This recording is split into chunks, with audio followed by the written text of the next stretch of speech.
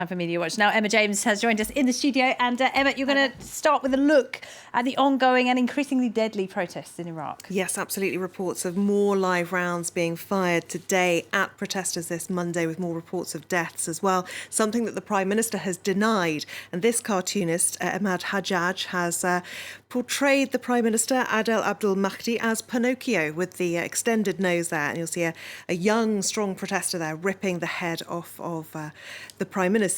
Now, the idea of this protest movement being basically packed with young people is very, very obvious whenever you look at anything online.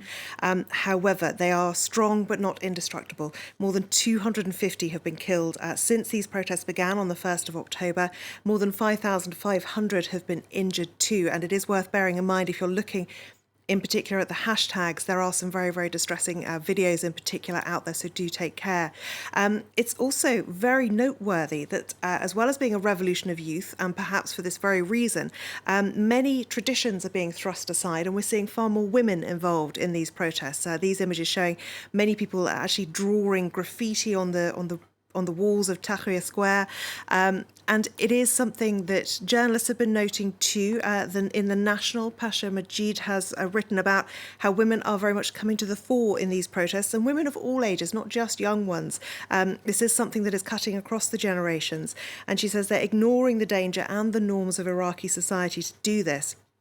And far from being put off by news of protesters being killed, it's actually galvanised them and made them feel that they have to take action. It's a growing trend in the region, isn't it? It reminds me of what we saw Very in much Sudan so. as well. Yes, because if you think back to the Arab Spring, it was far more unusual to see women out protesting. One protester in this article describes what's happening as, or the change rather, as being it was normal for women to sit in front of the television crying, watching things unfold. Now they are getting out on the streets and getting involved. And it's essential, she says, to show that all Iraqis back this protest movement if it is to be successful. All the women must go out, even if we die. We are not afraid, she says. There are fears, though, and rightfully so, because the hashtag Free Saba is indicative of the kind of concerns that people have, because this young woman, Saba al-Mokhtawi, was actually out on the streets giving medical assistance to protesters who were injured. On her way back home, she was kidnapped by an armed group, and we don't know what has happened to her. But it seems that people are willing to take these risks no matter what. This man pointing out, you can't expect those who've lost a family member or a friend to remain silent. The government response is only pushing more people to the streets. The crackdown is backfiring, but the killing can't continue. Protesters have nothing to lose.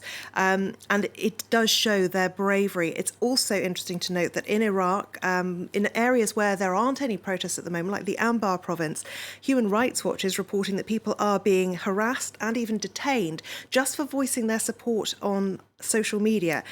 One gentleman they talk about here who all he had done was put a frame showing support for the protest movement around his Facebook profile photograph, and he was beaten and then arrested.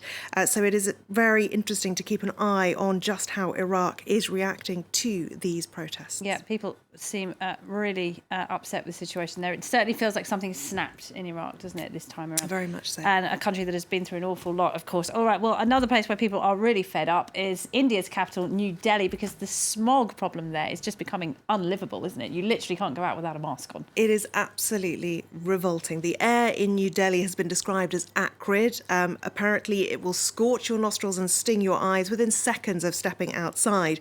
But the waterways are in trouble too. Lots of images emerging, like this one, the river Yamuna, where people were actually praying this weekend, and it shows the devastating evidence of just how polluted that is too. Hindus were marking Chhath Puja, braving those toxic foaming waters to offer up their prayers. It really does look absolutely revolting. Like snow. It does look like snow. It's not. It's toxic foam.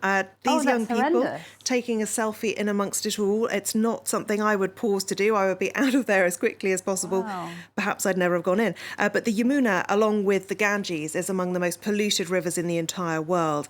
And when you look at the facts, you can understand why. The capital apparently dumps 58% of its waste into the river. There's also chemical waste and pesticides running off into it as well. It's not the place to take a selfie, is it? It's a terrible, terrible place. But this is a religious festival that takes place every year. That's a beautiful photograph.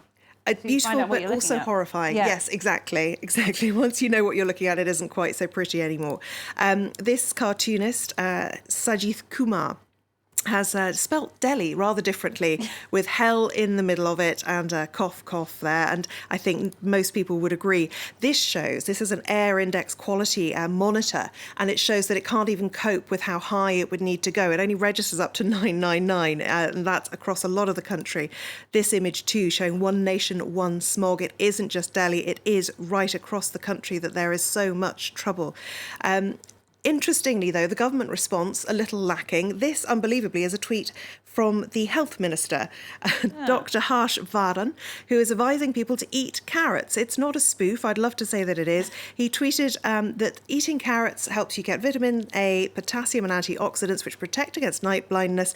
Carrots also help against other pollution-related harm to health. Quite incredible that is the advice of the health minister in India. Carrots are good for you, but, clean air is kind of essential Well, exactly. too. I don't think carrots are going to achieve all that much in the face of that level of pollution. Some people still managing to find a little bit of humour in amongst all this. This person tweeting, "Doctor, my lungs are hurting me. Doctor, oh, okay, do you smoke? Me, no, I breathe." And the hashtag Delhi Air Emergency tells you exactly why his lungs are in trouble. Oh, it's really horrible. Let's hope they come up with a solution soon. Emma, thank you very much indeed. Emma James there with Media Watch.